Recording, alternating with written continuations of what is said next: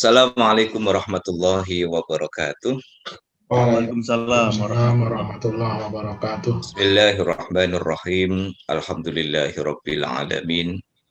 Assalatu wassalamu ala asyrafil anbiya'i wal mursalin wa ala alihi wa ashabihi ajmain, amma ba'd. Yang saya hormati guru-guru saya yang hadir pada kesempatan pagi hari ini. Ada Ustaz Samsul, ada Pak Munasik, ini ada beberapa nama-nama yang sudah hadir ini sekitar 7 orang ya, yang tidak bisa saya sebutkan satu persatu. Ada Kiai Aufarul Marom, Mas Lutfi yang senantiasa mengawal. Ya, saya baru dengar informasi dari Mas Lutfi kalau ternyata kajiannya ini sudah rehat cukup lama. Ya, intilah saya dulu itu juga ada halangan. Kemudian Pak Hasan Asari juga ada halangan. Nah ini apa? Ini ujian di tengah pandemi ya. Ujian di tengah pandemi ini kadang, dan saya juga dalam posisi sekarang posisi di Jepara ya. Semoga sinyal di Jepara ini stabil ya seperti di Semarang, karena ya dalam situasi seperti sekarang ini memang kadang serba tidak menentu, tetapi nawaina kita bersama-sama niat untuk istiqomah, niat mendapatkan ridho dari Allah Subhanahu wa Ta'ala, niat nyenengin Kanjeng Nabi lah. Kalau bahasa bahasa saneponya itu niat ngaji dengan niat nyenengin atau menyenangkan hati Rasulullah Shallallahu Alaihi Wasallam. Termasuk kajian pada kesempatan pagi hari ini adalah kajian yang juga bagian dari hal terpenting sebagai bentuk mahabbah kita kepada Rasulullah Shallallahu Alaihi Wasallam. Pada pembahasan sebelumnya yang jedanya sudah cukup lama, cukup panjang, hadis yang ketiga dari kitab Al-Arba'in An-Nawawiyah, yang syarahnya saya ambil dari kitab Al-Jami' fi Syarhil Arba'in An-Nawawiyah yang ditulis oleh Imam Abu Abdullah Muhammad Yusri. Kajian pada pagi hari ini sampai pada kajian yang ketiga dari hadis yang ketiga, tapi tidak ada salahnya saya untuk menyebutkan kembali, membacakan kembali hadis yang ketiga ini. Bismillahirrahmanirrahim. Al-haditsus salis an Abdullah bin Umar radhiyallahu anhuma qala qala Rasulullah sallallahu alaihi wasallam buniyal islamu ala khamsin syahadati alla ilaha illallah wa anna muhammadan abduhu wa rasuluh wa iqamis salat wa ita'iz zakati wa hajjil baiti wa saumi ramadhana akhrajahul Bukhari wa Muslim. Diriwayatkan dari Abdullah bin Umar radhiyallahu an, Rasulullah sallallahu alaihi wasallam bersabda, Islam dibangun di atas 5 fondasi. Fondasi yang pertama adalah syahadah, baik syahadatul tauhid maupun syahadatul rasul. Asyhadu an la ilaha illallah wa anna muhammadan abduhu wa rasuluh. Jadi deklarasi pengakuan terhadap ketuhanan Allah dan kerasulan Nabi Muhammad sallallahu alaihi wasallam merupakan dasar dari keseluruhan dasar di dalam Islam. Setelah itu dilanjutkan dengan wa iqamis shalah dan mendirikan sholat. 2 poin ini kebetulan sudah bersama-sama kita diskusikan pada pertemuan sebelumnya, dan kita masuk pada yang ketiga adalah wa itaiz zakati, ya, wa itaiz zakati, dan membayar zakat. Bapak Ibu yang saya hormati, ada urut-urutan dari syahadat, lalu kemudian sholat, dan naik yang ketiga adalah zakat. Kalau kita lihat dari sisi rahasia, mengapa zakat ini pada urutan yang ketiga? Mari kita bandingkan. Urutan yang pertama itu adalah syahadat. Ketika kita menyatakan dengan sepenuh hati, asyhadu alla ilaha illallah wa asyhadu anna Muhammadan abduhu wa rasuluh. Kita mendeklarasikan ketuhanan Allah dan kerasulan Nabi Muhammad. Pada saat yang sama ada satu tuntutan untuk menyatakan komitmen.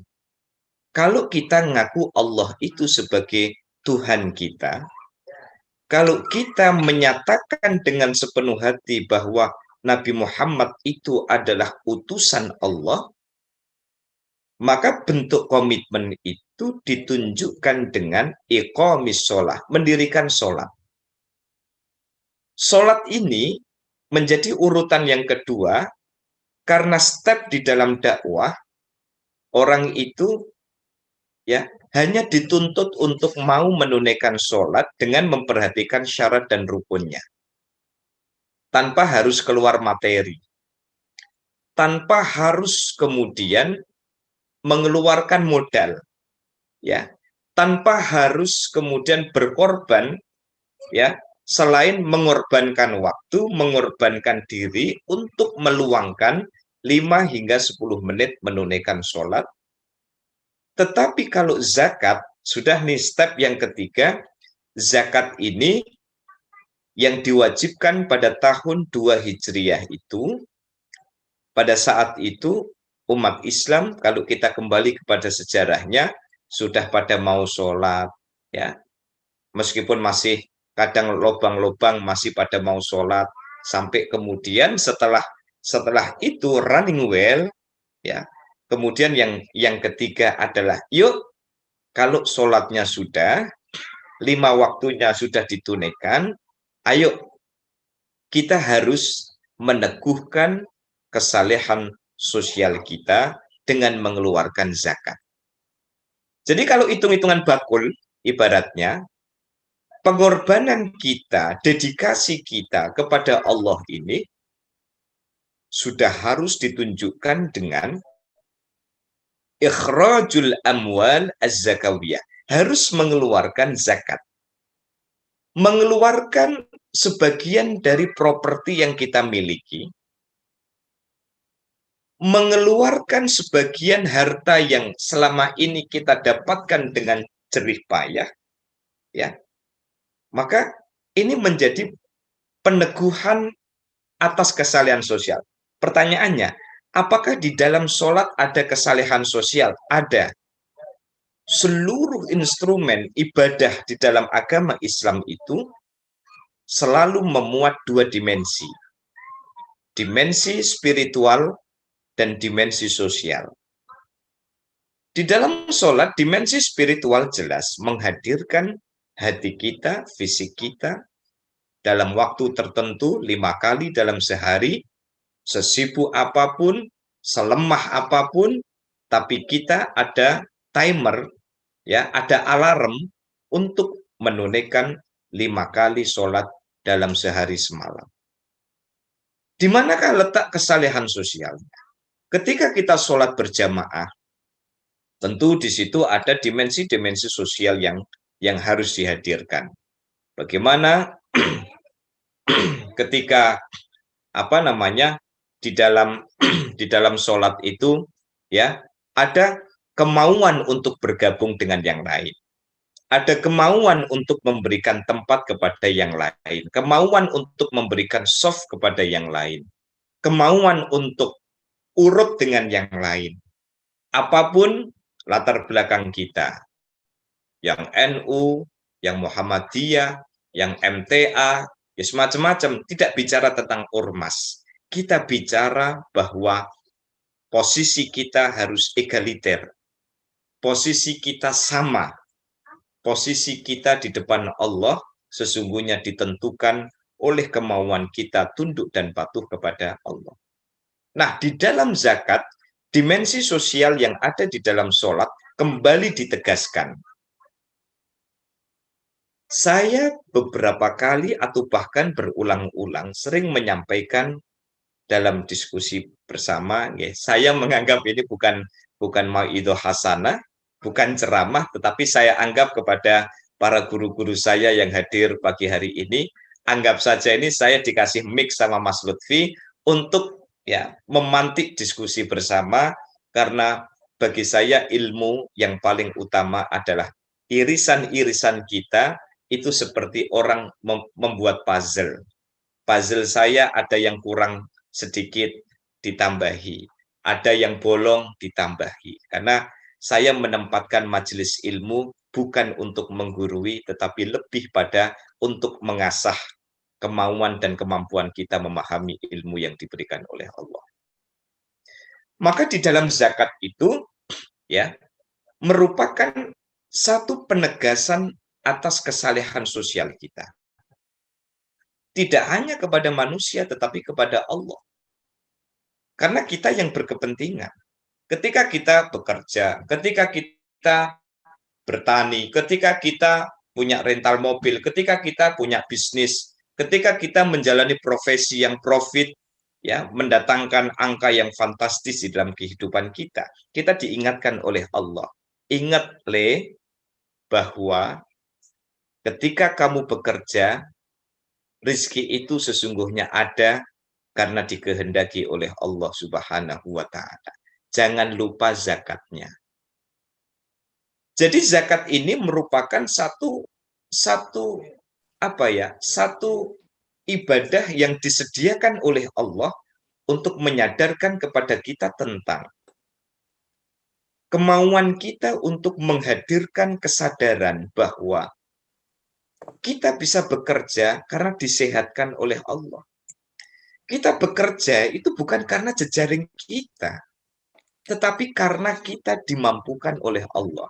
Karena kita dirahmati oleh Allah. Karena manusia itu tidak ada apa-apanya ketika tidak mendapatkan rahmat dari Allah Subhanahu wa Ta'ala. Percuma kita ibadah, percuma kita berinfak, percuma kita bersedekah, kalau faktanya kemudian tidak mendapatkan rahmatnya Allah, maka semuanya menjadi tidak berarti. Bapak Ibu yang saya hormati, saya sudah masuk pada masalah fikih.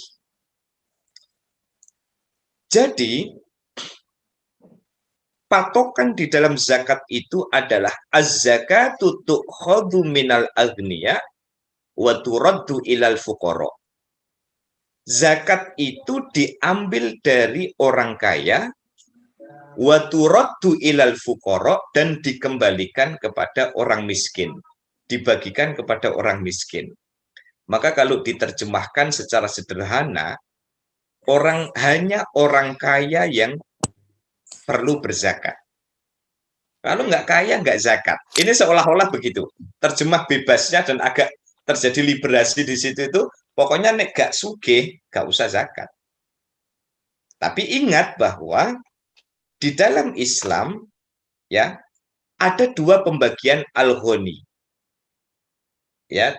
Tu'khadhu minal aghniya, zakat itu diambil dari orang kaya. Jadi di dalam zakat, kaya itu dibagi menjadi dua. Yang pertama adalah kaya secara sosiologis, dan yang kedua adalah kaya secara yuridis. Atau kaya yuridis dan kaya sosiologis. Apa yang dimaksud dengan kaya sosiologis itu? Kaya sosiologis itu adalah orang yang dalam performanya tampak seperti orang kaya. Nyuwun sewu, saya ini hidup di Jepara. Orang Jepara ini sedikit banyak agak paham ya gaya hedonis masyarakat Jepara. Ya, enggak, saya tidak mengeneralisir, tapi gaya hedon masyarakat Jepara.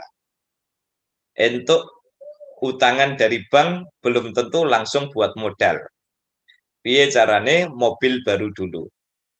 Ya, lalu kemudian rumah ya magrong-magrong.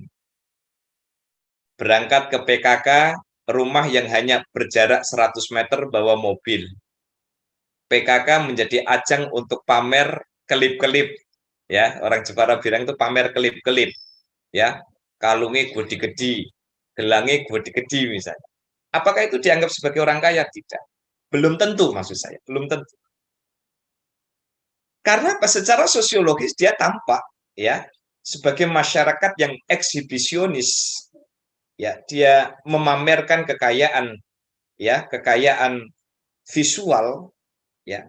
Itu dalam pandangan agama ini masih dalam level kaya sosiologis, kaya karena image, kaya karena performa, kaya karena tindakan eksibisionis yang dia tampilkan. Nah, di dalam zakat bukan kekayaan ini saja yang dimaksudkan, tetapi kaya secara yuridis. Apa yang dimaksud dengan kaya secara yuridis itu? Orang dianggap kaya sehingga wajib zakat adalah orang yang setelah hartanya ya dipotong kewajiban, netonya itu mencapai 1 nisab. Nah, ini baru orang kaya nih. Mohon maaf, Mas Lutfi. Halo Mas Lutfi. Ya, siap, Ustaz. Gimana ya caranya? Ini bisa dipakai, oh, ada share screen ya? Oh, bisa. Oh, tapi saya belum nyiapin ini. Coba saya buka PowerPoint ya Mas ya. Ya, monggo, langsung bisa dari sini. Saya nulis PowerPoint-nya dulu aja biar ini. Oke. Saya soalnya kalau kuliah saya nggak pakai Zoom, Mas. Saya kalau kuliah pakai Google Meet sama e-learning. Lah pakai Zoom mahasiswa protes karena apa? Nyedot datanya lebih banyak kata mahasiswa itu.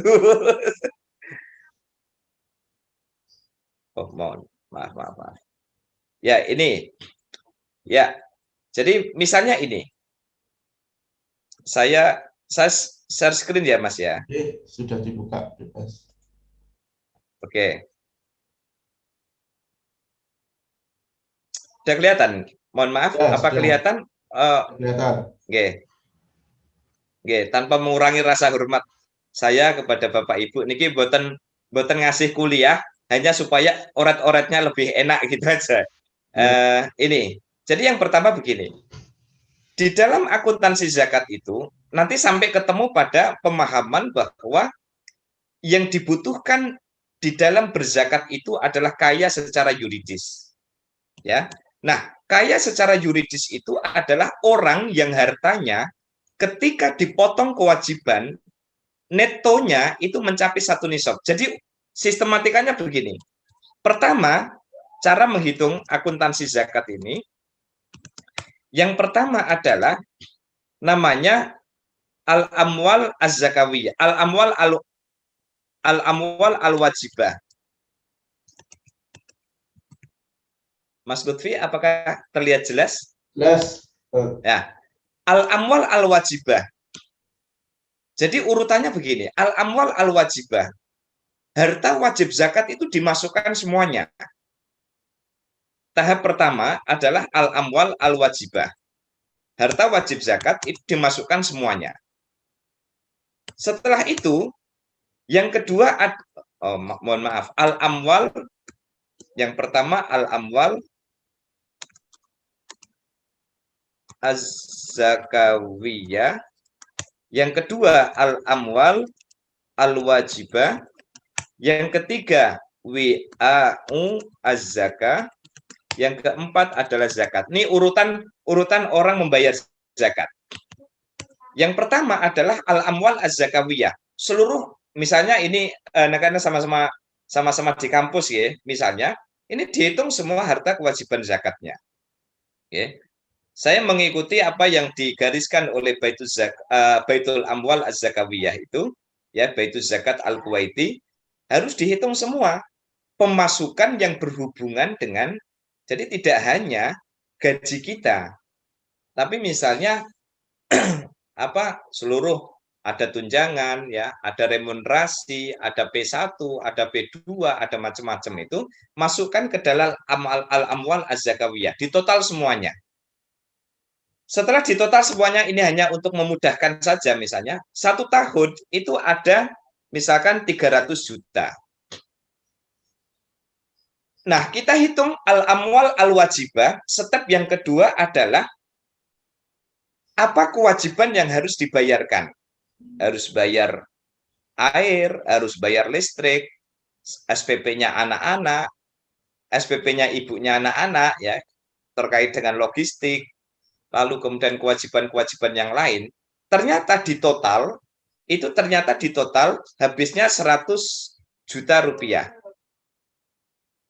Nah, ini nanti akan ketemu. Cara yang ketiga adalah, bukan cara yang ketiga, tahapan yang ketiga adalah seluruh harta zakat dikurangi kewajiban. Berarti 300 dikurangi 100, ketemunya 200. Kalau di dalam WIA zakat, atau saya kasih terjemahan neto, kalau netonya ini ada 200 juta, ya, ada satu nisab. Nisab itu berapa hitungannya? Nisab itu hitungannya adalah 85 gram emas, 22 karat. Ya. Ini Mas Lutfi bisa minta tolong ngecekin sekarang emas 22 karat berapa, Mas Lutfi? Atau jangan-jangan jenengan termasuk pemerhati emas mungkin. Coba. Nah, ini misalnya berapa? Taruhlah misalnya saya bikin misalnya 1 gramnya, misalnya ini misal saja nih, 1 gramnya ini misalnya 500.000. 500.000 berarti 500.000 kali 85. Pinten niki? 40, wes anggap saja 45 juta gitu aja ya. Maka kalau harta neto itu ternyata sudah mencapai satu nisab, yaitu 45 juta, lanjutkan hitungan zakatnya. Tapi kalau ternyata kurang dari satu nisab, ya, boleh tidak mengeluarkan zakatnya. Meskipun menurut Yusuf Al-Qardawi, berapapun neto dari harta zakat dikurangi kewajiban itu, hasilnya berapapun tetap dikeluarkan zakatnya. Nah, message-nya bukan di sini, tetapi saya ingin mengatakan bahwa di dalam zakat yang diwajibkan itu adalah orang kaya. Nah, ini Bapak Ibu Nyon Sewu, yang saya bol tebal ini besar, yang dimaksudkan bisa dipersani di layar. Jadi yang disebut dengan orang kaya dalam kalimat al-aghniya, di dalam az-zakatu tu'khadhu minal aghniya wa turaddu ilal fuqara, yang disebut aghniya itu adalah orang yang netonya mencapai satu nisab. Ya, kalau mencapai satu nisab enggak pandang bulu, mau bakul emas, mau bakul jamu, mau bakul singkong, mau jualan balon, gitu, mau jualan cilok, mau jualan apa macam-macam, ketoprak, penyetan. Hitungan zakat itu dilihat dari apakah dalam harta neto itu dia mencapai satu nisab atau tidak. Inilah bentuk egaliternya Islam. Islam tidak melihat profesi. Yang jualan cilok enggak zakat, tapi jualan emas zakat. Enggak. Islam memberikan garis ya tebal bahwa yang wajib zakat itu adalah orang yang hartanya telah mencapai satu nisab. Nah, oleh karena itu maka zakat ini sebagai fondasi di dalam Islam selain karena zakat sebagai fondasi, ya, sebagai penguat kesalehan sosial, zakat ini merupakan satu bentuk ujian bagi orang yang memiliki harta, kelebihan hartawi, ya, bahwa ketika kita sudah mulai menyadari bahwa ketika hidup ingin berkah, jangan cuma berpikir mendapatkan saja, tetapi berpikir dengan politik terima kasih. Yang sering saya sampaikan, politik terima kasih adalah ketika kita terima, maka kita harus kasihkan itu di jalan Allah Subhanahu wa Ta'ala. Maka kenapa Rasulullah, kenapa Allah begitu garang kepada orang-orang yang membangkang zakat, sampai pada masa Sayyidina Abu Bakar, ya, Sayyidina Abu Bakar itu salah satu yang diperangi selain nabi palsu adalah orang yang membangkang membayar zakat. Ya, mengapa? Ya karena zakat. Ya, tapi sebenarnya mohon maaf, saya lompat sedikit terkait dengan zakat. Ada sejarah menarik di dalam salah satu bukunya Jamal Al-Banna itu ada satu penjelasan bahwa mengapa Sayyidina Abu Bakar itu garang. Dua alasan. Satu, zakat itu nyata-nyata diwajibkan. Saking hebohnya, saking sakralnya kewajiban berzakat, selalu mendampingi wa iqamis shalah. Aqimus sholata wa atuz zakat. Wa iqamis sholata wa iqamis shalah wa itaiz zakat. Ya, wa iqamis shalah wa itaiz zakat. Habis sholat zakat, habis sholat zakat, habis sholat zakat. Ini menunjukkan bahwa wawunya di sini adalah wawu atof. Tetapi menurut mayoritas ulama, wawu ini hanya sebagai wawu sambung. Bukan wawu litartib, urut, bukan. Meskipun sebagian ulama ada mengatakan wawunya itu wawu litartib, wawu yang itu secara berurutan, sholat dulu baru zakat, ada juga yang mengatakan demikian. Nah, sedikit ada fakta sejarah yang menyebutkan bahwa Sayyidina Abu Bakar pada saat itu memerangi orang yang membangkang membayar zakat karena zakat pada saat itu menjadi aset, ya, apa fiskal, ya. Itu zakat itu menjadi sumber pendapatan negara. Sumber pendapatan negara. Sehingga kalau zakat itu tidak dibayarkan, bukan hanya persoalan keimanan yang bermasalah, ya, bukan persoalan itu saja, tetapi persoalan hubbul waton, kecintaan kepada tanah air, kecintaan kepada persatuan umat Islam pada saat itu, ya, juga kemudian diragukan karena dia tidak mau membayar zakat. Ini Bapak Ibu sekalian, ya, terkait dengan masalah zakat itu. Jadi Mas Lutfi, ini mau saya tambah satu lagi atau fokus di zakat dulu? Zakat dulu aja, Ustaz. Oke, ya, saya setuju karena kita target arba'in ini bukan target kayak posonan. Kalau posonan itu kan biasa kalau ngaji kan bebet, paham nggak? Nggak, yang penting katam, menjelang hari raya pulang kampung kan begitu kan.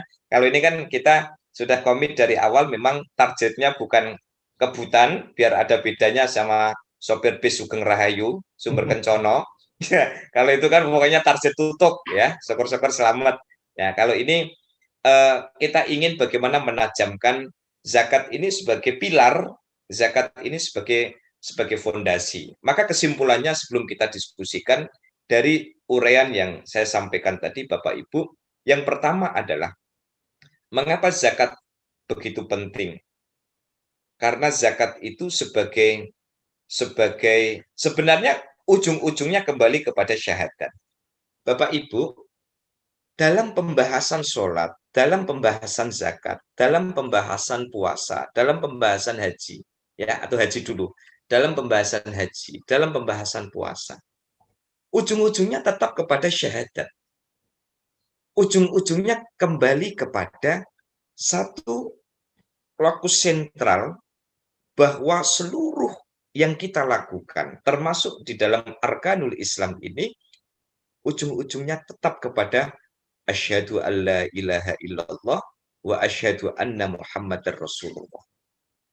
Maka cukup beralasan kalau zakat dikatakan sebagai pilar, Kalau orang membangkang zakat, berarti asyhadunya nggak tenanan.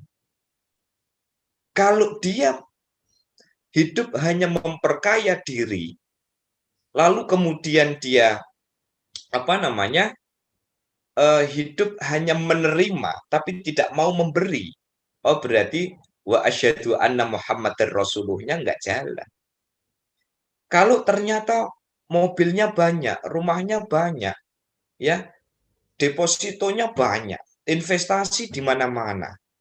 Tapi untuk sekedar mengeluarkan 2,5% dari hartanya eman-eman, itu berarti asyhadu Allahnya tidak tenanan. Makanya makanya kalau orang biasanya kalau zakat, ya. Nah, ini ada rahasia yang pernah disampaikan oleh wa'ala shawab Profesor Muhammad bin Bakar bin Ismail itu mengatakan, orang kalau sudah mulai berani tidak membayar zakat, biasanya nanti dia berani untuk mengabaikan sholat. Ya, itu biasanya. Bahkan bisa dibalik, orang yang biasanya tidak mau sholat atau sholatnya bolong-bolong, ya kalau sholat aja berani bolong, itu yang lain itu bahkan bisa lebih berani untuk lebih bolong. Nah, gitu. Sederhananya begitu. Jadi kalau zakat itu dia tidak mau tunaikan, berarti komitmen dia terhadap asyhadu alla ilaha illallah wa anna Muhammadar Rasulullah berarti tidak cukup kokoh. Pasti akan rapuh dengan sendirinya. Rapuh dengan sendiri. Ini kan sudah mulai genteng-gentengnya ini. Sudah mulai gentengnya. Kalau gentengnya itu ternyata tidak kuat, atau gentengnya itu ada celah, apalagi musim hujan begini. Musim hujan begini ini banyak, ini kayaknya pedagang plafon ini kayaknya laris manis, ya, karena banyak genteng yang pada bocor, banyak itu rekatan-rekatan yang silnya tidak rapat sehingga rembes. Kalau rembes netes ke plafon, plafon lama-lama dibiarkan jadinya ambrol. Nah, itu tadi. Kalau zakatnya sudah mulai tidak diperhatikan, ya, nanti mulai berani meninggalkan sholat. Ya, itu berarti sudah. Kalau genteng sudah bocor, plafon sudah ambrol, maka bisa dipastikan rumah itu akan bocor. Rumah itu akan basah. Inilah alasan mengapa zakat itu menjadi fondasi di dalam Islam. Yang kedua, zakat tidak hanya berdimensi spiritual, tetapi zakat jelas-jelas menguatkan dimensi sosial sebagaimana yang ada di dalam sholat. Kalau di dalam sholat, modal kita adalah modal toleransi, memberikan soft toleransi, memberikan ruang dan tempat bagi jamaah yang lain. Tetapi pada zakat ini, penguatan dimensi sosial bisa ditunjukkan dengan kemampuan kita menghadirkan properti yang kita miliki untuk dimiliki orang lain. Nah, nanti bisa kita diskusikan bersama-sama, termasuk juga bagaimana kemudian zakat dengan pajak, bagaimana hukumnya asnaf 8. Ini kajian fikihnya.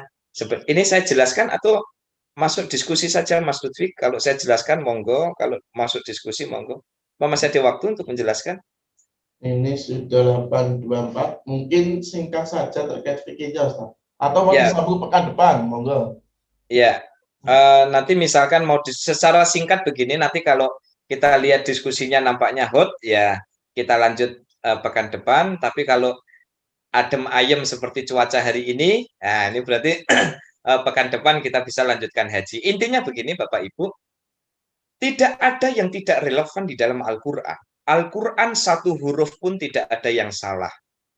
Al-Quran sama sekali tidak ada potensi error. Margin error itu 0,0 pun tidak ada. Semua yang ada di dalam Al-Quran itu benar. 10.000 benar. Lalu bagaimana melihat asnaf 8 itu? Innamas shadaqatu lil fuqara'i wal masakin sampai akhir. Ya, ada asnaf 8 itu, ya. Asnaf 8 itu semuanya relevan. termasuk penafsiran-penafsiran kontemporer para ulama terkait masalah rikob. Apakah budak itu masih relevan? Oh, sangat relevan. Yusuf Al-Qaradawi itu menafsirkan bahwa yang masuk dalam kategori budak, perbudakan kan dihapuskan di dalam Islam. Tetapi perbudakan itu tetap dimasukkan dalam asnaf 8, salah satunya pemaknaan budak itu adalah mereka yang menjadi tawanan perang. Atau yang kedua, mereka yang berada di daerah pengungsian di wilayah perang, wilayah konflik. Itu bisa dimasukkan dalam kategori budak. Termasuk yang ketiga, menurut As-Solah Gamil, salah satu ekonom Universitas Al-Azhar, masuk dalam kategori budak itu adalah saudara-saudara kita Muslim yang berada di pedalaman yang menjadi objek kristenisasi. Itu juga bisa dimasukkan dalam kategori budak dan mendapatkan tasarruf zakat. Ini yang pertama, ya. Sesuai pesan Mas Lutfi, saya singkat-singkat saja. 8 asnaf yang biasa menjadi perdebatan itu apakah budak masih ada? Masih. Yang kedua, termasuk bahasan di dalam fikih kontemporer itu adalah tentang seni tasarruf zakat. Pemanfaatan harta zakat itu mestinya harus dijadikan sebagai objek yang produktif. Apa itu misalnya? Zakat itu jangan hanya dibagikan secara konsumtif, tetapi harus dibagikan secara produktif. Misalnya maskam. Maskam ini kalau setiap tahun zakatnya sampai berapa ratus juta, Mas Lutfi? Sekarang baru diinisiasi Undip, jadi kemarin terakhir laporan itu yang masuk karena di Basnas, sekarang Basnas Jateng seperti itu, provinsi, itu kalau nggak salah baru sekitar 60-an juta. Oh, 60-an juta. Baru berjalan 4 bulan ini kalau nggak salah. Ya, kalau sekarang masih 2 digit, nah semoga tahun depan ternyata nolnya tambah 1, jadi 600 juta. Nah, ya.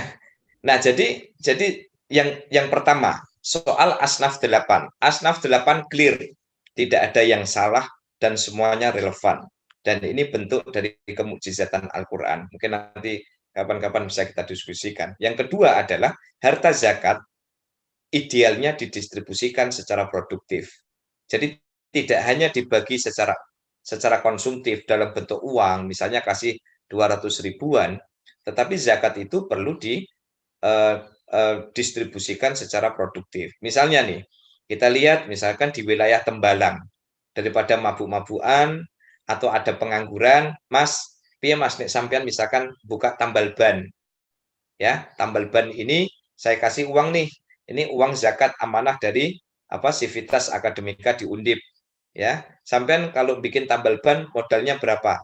Oh, 50 juta cukup, Pak. Ya sudah, ini saya kasih harta 50 juta. Tapi dengan catatan, kalau hari ini sampean menjadi mustahik penerima zakat, gimana caranya tahun depan sampean harus jadi muzaki. Ya, jadi jangan jadi penerima zakat terus. Harus berpikir bagaimana tahun depan sampean jadi muzaki, sudah membayar zakat. Tahun kedua sudah harus memberdayakan teman-teman sampean yang pada nganggur-nganggur itu jadi karyawan sampean. Nah, dengan cara ini maka zakat akan kembali kepada semangat awalnya, yaitu semangat penguatan ekonomi. Nah, ini termasuk bagian dari. Nah, maka sebelum saya tutup, intinya adalah menjadi tugas kita bersama untuk membuktikan bahwa zakat itu adalah fondasi yang tidak bisa dipandang sebelah mata. Kalau zakat itu hanya dijadikan sebagai rutinitas, maka rohnya menjadi berkurang. Kalau zakat itu hanya dimaknai mengeluarkan duit di setiap Ramadan, maka spiritnya menjadi kurang. Kalau kemudian zakat itu hanya dijadikan sebagai seremonial pembagian zakat, maka nilai zakat sebagai bunyal Islamu, menjadi pilar Islam, juga menjadi berkurang. Karena kalau kembali kepada masa Rasulullah, zakat memiliki posisi yang sangat strategis, tidak hanya dalam masalah dakwah, tetapi lebih kepada penguatan masyarakat Muslim di bidang ekonomi. Matur nuwun, Semoga bermanfaat, dan saya nyadong duka kepada para guru-guru saya yang hadir pada kesempatan pagi hari ini untuk membantu saya melengkapi hasanah yang belum saya sampaikan. Okay. Ini sebenarnya topik zakat ini, ya, makanya sampai di mata kuliah fikih zakah itu 4 SKS, Mas Lutfi. Zakat itu idealnya kalau di kami itu 32 pertemuan. 32 pertemuan itu dipotong UTS sama UAS, berarti 30 pertemuan. Jadi anggap mawon ini bahasan zakatnya di jamak kosor mawon, ya. Jadi cukup beberapa menit, tetapi diskusi pada pagi hari ini semoga bisa menyadarkan kembali kepada kita betapa strategisnya posisi zakat di dalam Islam. Kurang lebihnya saya mohon maaf. Assalamualaikum warahmatullahi wabarakatuh.